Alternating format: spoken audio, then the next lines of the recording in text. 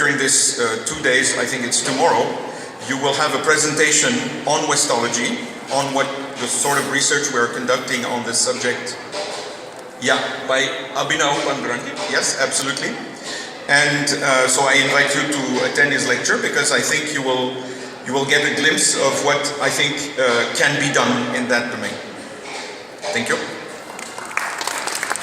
Study the West. Let's take a look at the West and some of its problems.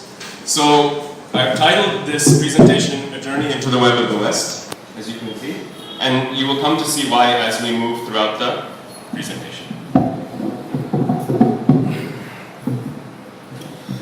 So the West is many things.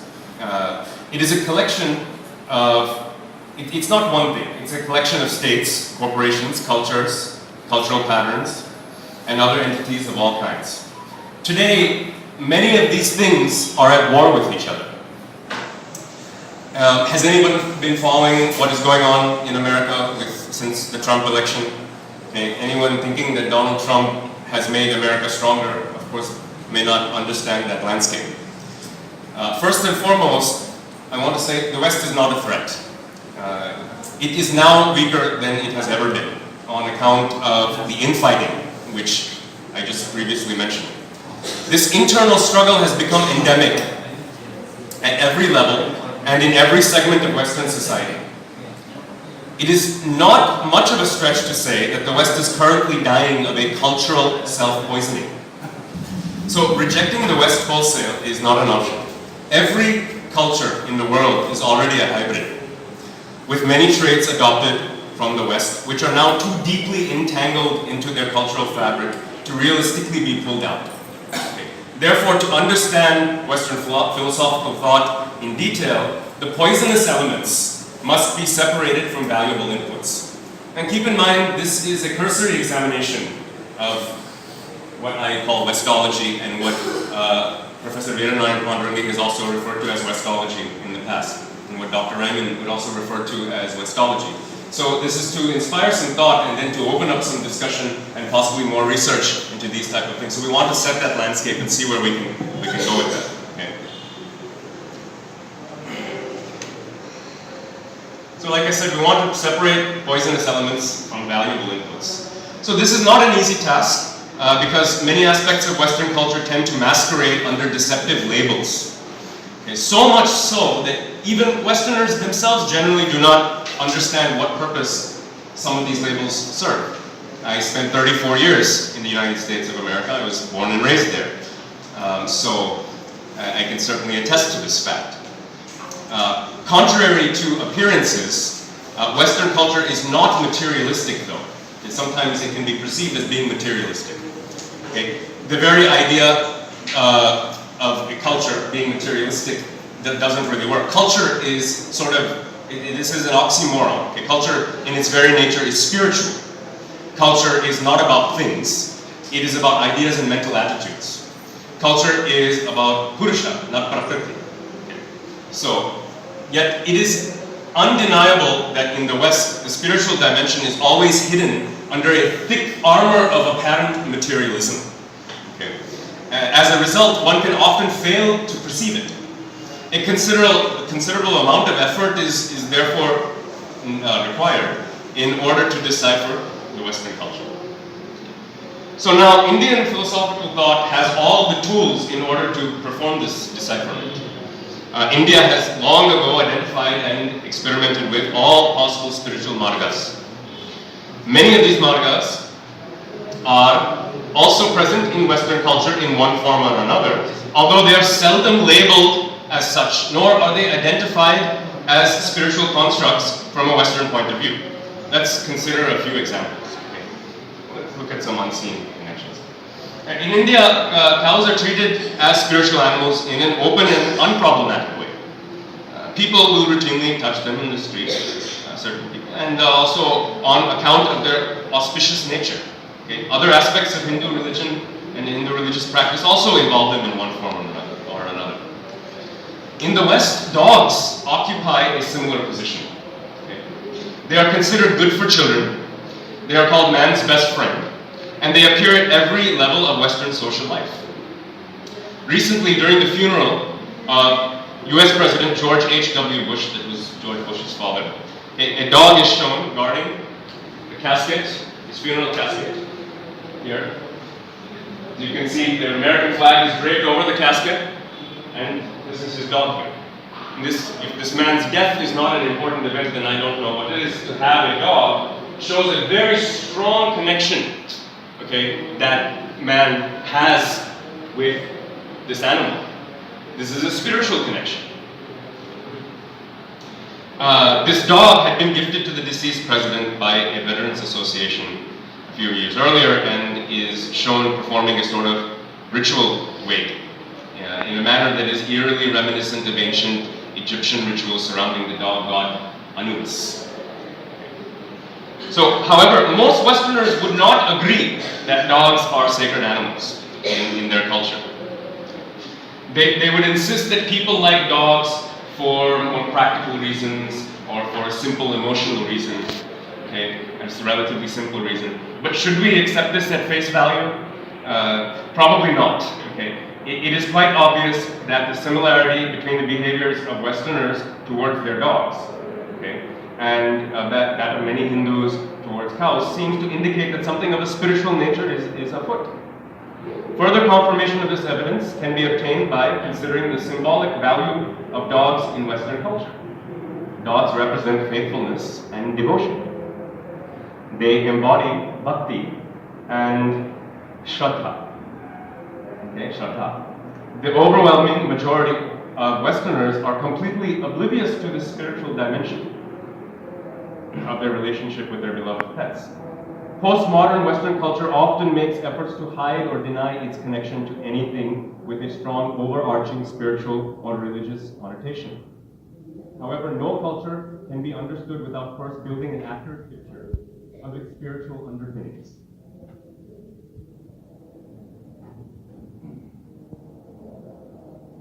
Another example is the way Western culture considers its own popular music scene. To most educated Westerners, popular singers like Madonna or Michael Jackson represent everything that is wrong about their culture.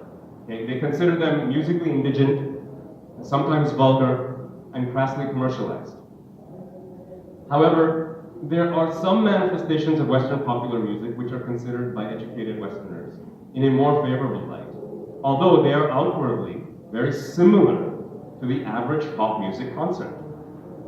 One such event is called the Burning Man Festival, and this festival is held each year in the Nevada desert in late summer.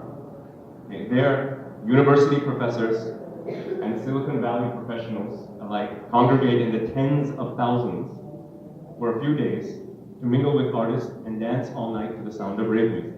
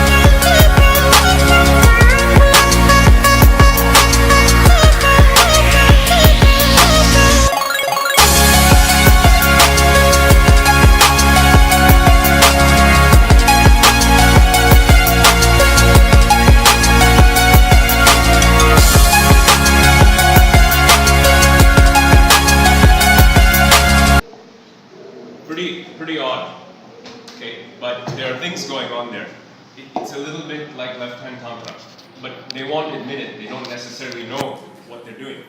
Okay, we see a lot of different things happening there. What's interesting is while they will chastise, let's say, a simple like Madonna or a pop concert, if you go to these professionals in Palo Alto, they're very successful people by many measures in terms of how well they've done, or a lot of the university professors out there in California, they'll say, oh, no, Burning Man, that is an extremely intellectual pursuit. I don't know what you're talking about. That is not like something bad. This is good stuff. So it's interesting, okay, that how they do this. Of course, all kinds of substances are freely available during this Burning Man festival. And those people that you saw there are not children. I want to reiterate again. They're not just. These are university professors and Silicon Valley professionals whose term sheet is in the hundreds of millions range. Okay, and they take drugs for 4 or 5 days and go on these, big excursions. Okay, so what we can say is, why are such events considered good in some Western circles, even though the behavior of the attendees is pointless and even sometimes repulsive? Okay, from an Indian perspective, the answer to this question is easy. Burning Man and similar events are the Western version of Vamachara. Okay, Vamachara. The professionals of Silicon Valley lead a double life. Okay, they are respectable grihastas by day, okay, all year, but practitioners of Kulamarga at Burning Man Festival. Okay. One could go on mentioning similar aspects of Western culture in an endless list. So we will limit ourselves to just one more example. The Apollo moon landing, 1960s, late 1960s in the West. This event is billed as a triumph of technology and industrial might. Indeed, that it is. It certainly was an achievement. But one must ask questions which explore other motivations of this endeavor. Why did 1960s America decide to embark on such a costly project, even though it had no immediate practical value? Purpose to all this. Okay, so now we should talk about it. The religious dimension of the Apollo mission is even more readily apparent, okay, when one remembers that the co-pilot of the lunar module, whose name was Buzz Aldrin, he performed a Christian Eucharist sacrifice just after he touched down on the moon.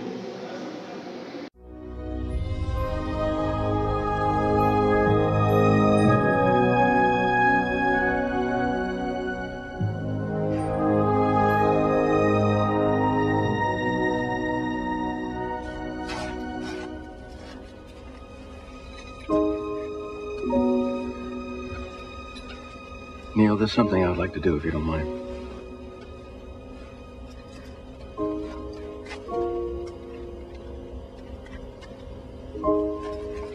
I cleared it with Deke. After all the grief that Frank and the others got for reading from Genesis,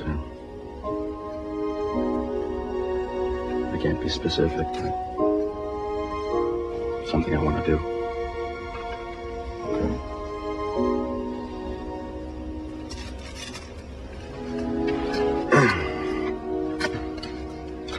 Houston, Tranquility, over.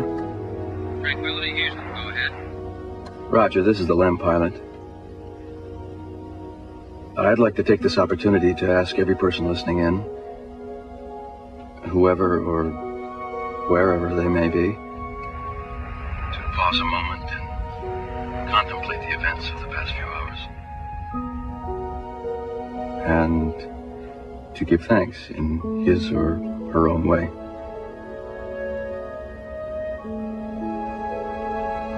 Over. Roger, Tranquility Base.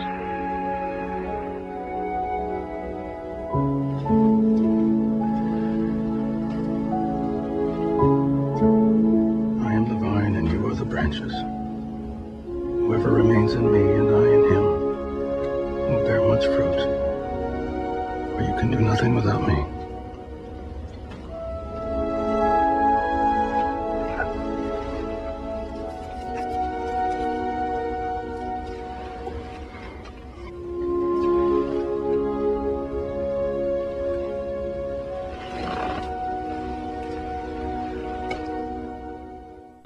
So as you can see, one noteworthy aspect of this event is that it was kept secret, okay, at the time, and only revealed several decades afterwards in his memoirs.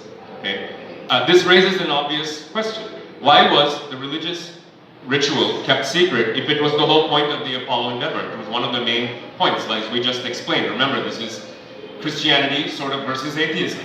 Russia represents atheism.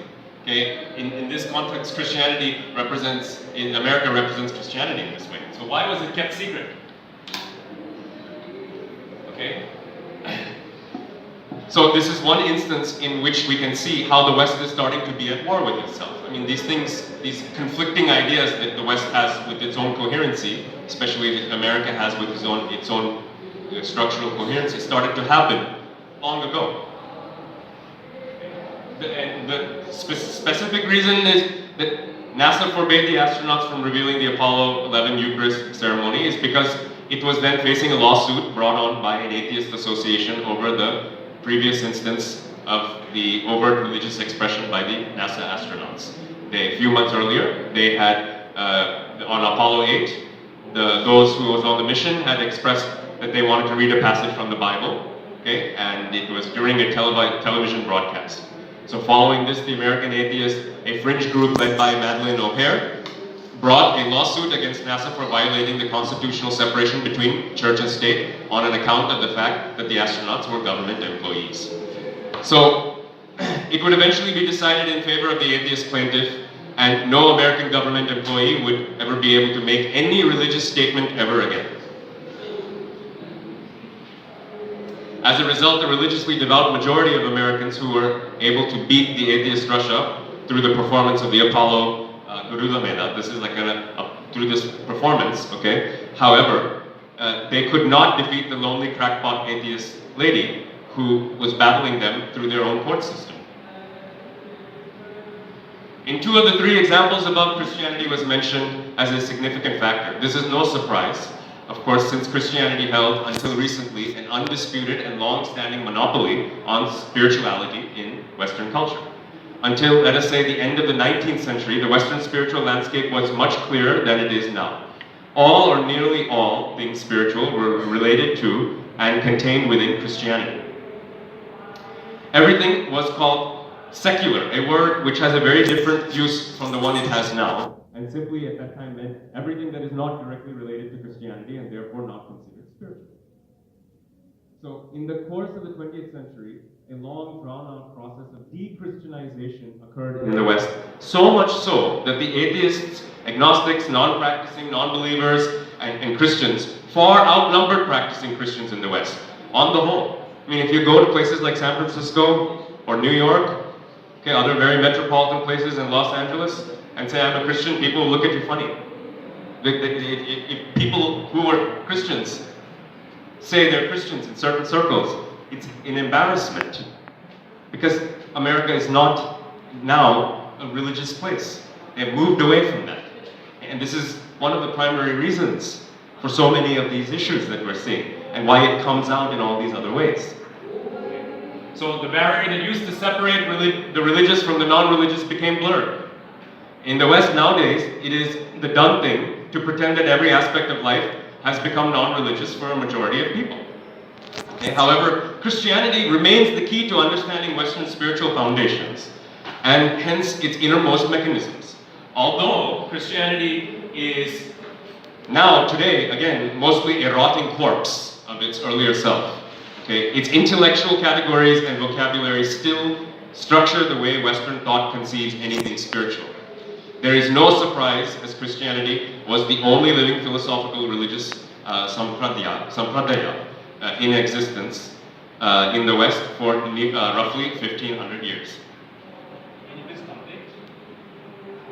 Yet Christianity is widely misunderstood, okay, both in the West and elsewhere. To many people, Christianity remains a baffling mystery, especially considering its formerly very widespread success despite doctrines and practices which often appear frankly bizarre and quite unappealing to many. The reason for this situation is that Christianity is impossible to analyze within the Christian framework. Okay? As stated above, the spiritual toolset available in Western thought is mostly Christian legacy and cannot be used to analyze itself. It cannot be used to analyze itself. Christianity, now we can look at Christianity through an Indian philosophical scope. Okay? From an Indian perspective, Christianity appears much less intractable. As we have said above, Indian thought has all the tools required in order to decipher Christianity. All it needs is enough self-confidence in its conceptual categories and analytical methods. First and foremost, one must realize that Christianity is simply a sampradaya. Am I pronouncing that right? Sampradaya, fairly similar to most Hindu sampradaya. Okay. Christianity developed in an environment similar to the Indian religious landscape and the late Roman Empire. For a long time, it was a fairly marginal sampradaya. And it had to compete with many other religious movements. Over time, it developed all the various components that most Indian sampradaya possesses. A philosophical doctrine, darshana, a ritual orthopraxy called a liturgy, a monastic institution similar to Hindu Math, and a yoga like sadhana. This last aspect is the least understood, and yet it is the key to understanding the whole. The yoga like sadhana. Christianity is rooted in Judaism, which is a bhakti marga, fairly similar to the contemporary early Bhagavata movement. Christianity developed from this Jewish foundation by emphasizing and intensifying its property, its property aspects. Christianity was not exclusively a property movement. Indeed, some of its early branches developed from a jnana yoga. However, after the 5th century AD, when Christianity became the Roman Empire's official religion, its property exclusive branch became dominant and was able to eliminate all the other branches. The attitude which triumphed at the time within the Christian movement is not without some parallel. This sentiment is expressed by the shlokas in the Bhagavata Puranas below. This is Bhagavata Puranas 5, 6, and 7. I will read it in English. I will not try to pronounce it in Sanskrit, lest I make a fool of myself. Krishna said, "Because I desire what is best for man, I have stated 3 sorts of spiritual practice. The paths of knowledge, the action and devotion, bhakti. Besides these 3, there is no other means to spiritual elevation anywhere at all.